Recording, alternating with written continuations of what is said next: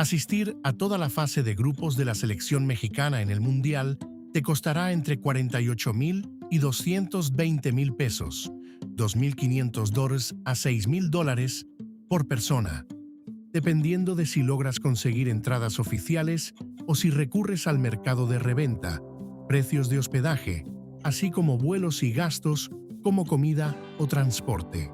Si ganas el salario mínimo general en México 2026, que equivale a 9,582 pesos mensuales, no te alcanzaría para asistir a ningún partido de la selección mexicana, a menos que destines el ingreso íntegro de varios meses de trabajo solo a pagar una entrada. Necesitarías trabajar 3 meses y medio de forma íntegra, sin gastar un solo peso en comida, renta o servicios, para comprar una sola entrada promedio. Por lo que la idea de asistir con la familia se vuelve sumamente imposible para la clase trabajadora de este país. Sin embargo, hay muchas formas en las que la IFA obtiene ganancia de parte nuestra sin siquiera asistir a ningún partido, como en el simple hecho de ver los juegos debido a los derechos de transmisión o cada vez que compramos algún artículo deportivo, pues a pesar de que la FIFA no fabrica ropa ni accesorios directamente, monetiza su marca a través de un estricto modelo de negocio basado en la venta de derechos comerciales y licencias. Cualquier marca que desee utilizar el logo oficial del Mundial, el diseño del trofeo, la palabra World Cup o tipografías exclusivas de la federación debe firmar un contrato de licenciamiento. Y en el ejemplo de uno de los mayores rugidos de tripa de su historia, amenaza con aplicar multas severas a los negocios que transmitan los partidos sin autorización. Entonces, si el mexicano promedio no puede asistir al Mundial y los negocios deben pagar por varias cuestiones, mermando las ganancias, ¿quién sale más beneficiado de este evento? La FIFA es la entidad que sale más beneficiada económicamente al quedarse con la gran mayoría de las ganancias y operar bajo un esquema de exención de impuestos en los países sedes, bajo el engaño de que esta fiesta futbolera traerá una derrama económica a los países sedes.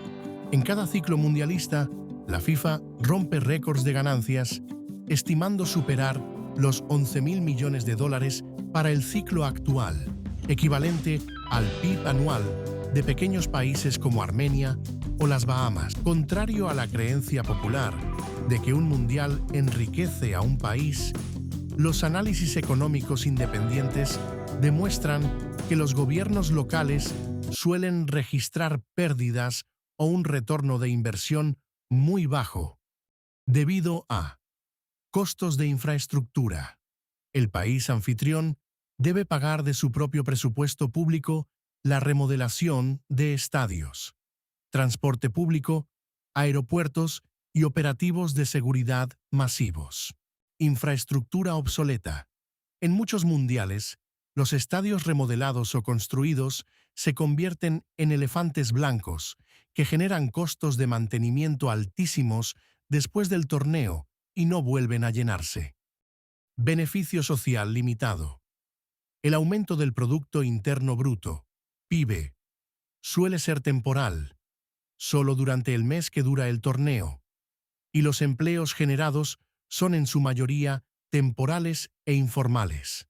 Pero a pesar de que toda esta información es bien conocida, el Mundial no tiene posibilidad de cancelarse, se llevará a cabo sin importar el descontento social, la falta de infraestructura y los problemas de seguridad que el país atraviesa, por lo que el preguntarnos si el fútbol es un arma de control no suena tan descabellada.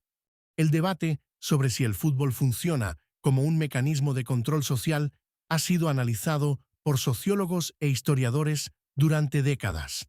La respuesta corta es que sí, el fútbol ha sido y sigue siendo utilizado por diversos poderes como una herramienta de control, distracción y legitimación política, sin negar que también posee una contraparte de identidad y cohesión comunitaria. El fútbol como el pan y circo moderno. Desde una perspectiva sociológica, el fútbol suele compararse con el panem et circenses del Imperio Romano. Es una válvula de escape, ya que funciona como un distractor masivo que canaliza las frustraciones, pasiones y tensiones de la población hacia un juego de 90 minutos, alejando temporalmente la atención pública de crisis económicas, corrupción o reformas políticas impopulares. Posee nacionalismo instrumental, ya que el éxito de una selección nacional se utiliza con frecuencia para generar una falsa sensación de bienestar o unidad artificial. Además, sirve como limpieza de imagen, pues regímenes autoritarios o corporaciones cuestionadas compran clubes de fútbol o financian mundiales para desviar la atención internacional de sus violaciones a los derechos humanos o malas prácticas, utilizando la pasión del deporte como un escudo de relaciones públicas. Y lo peor es darnos cuenta que esto lleva años ejecutándose a través de la historia. El origen del fútbol como arma. Tanto Benito Mussolini en Italia como Adolf Hitler en Alemania comprendieron el inmenso poder del fútbol como un fenómeno de masas. Ambos dictadores instrumentalizaron el deporte para adoctrinar a la juventud, promover la supuesta superioridad racial o nacional y limpiar su imagen internacional. Mussolini fue el pionero absoluto en utilizar el fútbol como política de Estado. Detectó rápido que el balompié generaba pasiones incontrolables y lo moldeó a su conveniencia. Este mandatario presionó agresivamente a la FIFA para albergar el torneo.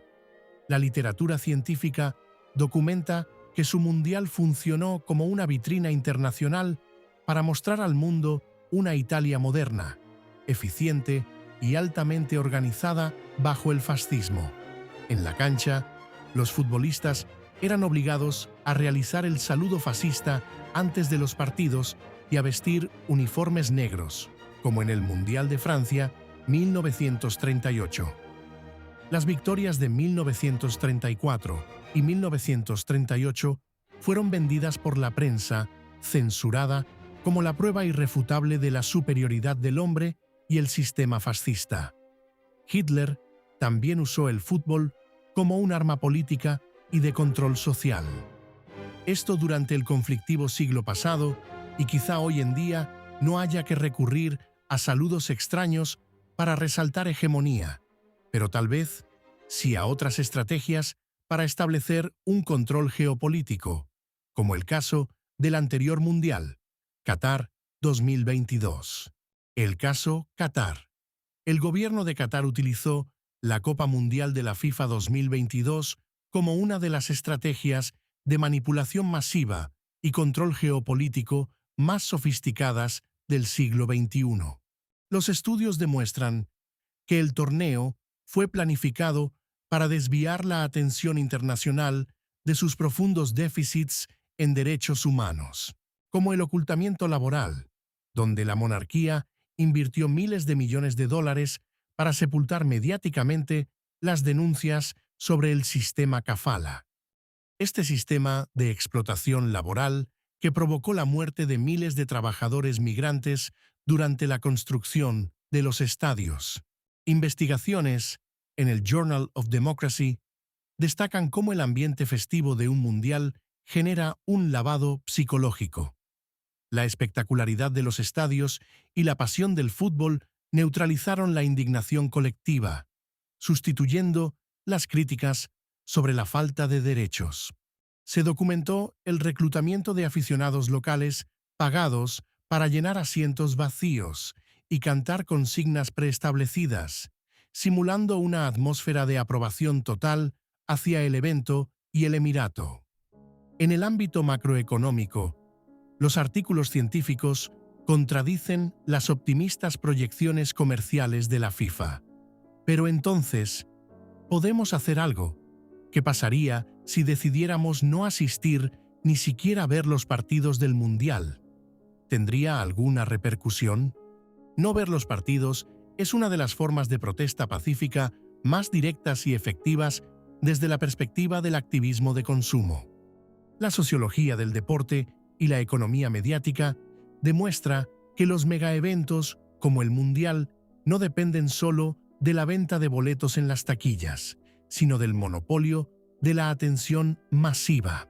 Al apagar el televisor o negarte a consumir las transmisiones oficiales, atacas directamente el núcleo financiero del torneo, el valor de los derechos de transmisión y el impacto de los patrocinadores, quienes pagan miles de millones esperando que tú los veas. Podría entonces haber una pequeña esperanza, imaginando por un minuto ciudades enteras siguiendo su curso normal, estadios casi vacíos, nuestra atención enfocada en otras cosas importantes, pues ya ni siquiera por los datos expuestos en este ensayo, sino por el simple hecho de que la selección mexicana no tiene ninguna probabilidad de ganarlo, ni de ser de los favoritos, siendo este el modo de afectar a la FIFA de forma negativa y exigiendo un mejor equipo, una mejor plantilla de jugadores, pues el fútbol mexicano